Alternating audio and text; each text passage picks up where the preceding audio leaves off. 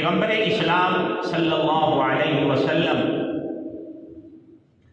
حضرت فاروق اعظم رضی اللہ تعالی عنہ کے لیے دعا کرتے ہیں، اللہم اعز الاسلام، اے اللہ اسلام کو عزت عطا فرما،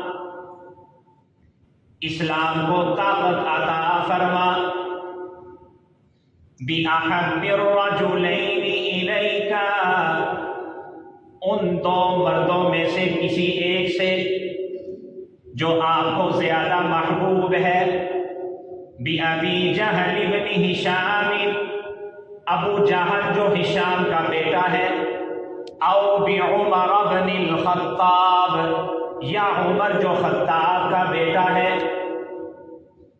نبی علیہ الصلوۃ والسلام اللہ سے دعا کر رہے ہیں کہ اے اللہ اسلام کو عزت اور طاقت عطا فرما دے۔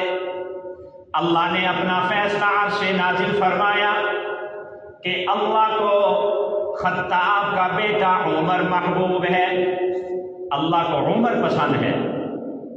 اللہ نے عمر سے اسلام کو عزت عطا فرمائی۔ اسلام کی شان یہ ہے کہ سارے لوگ اسلام سے عزت حاصل کرتے ہیں اور اسلام کو عزت ملتی ہے عمر سے۔ یہ حضرت عمر کی شان ہے۔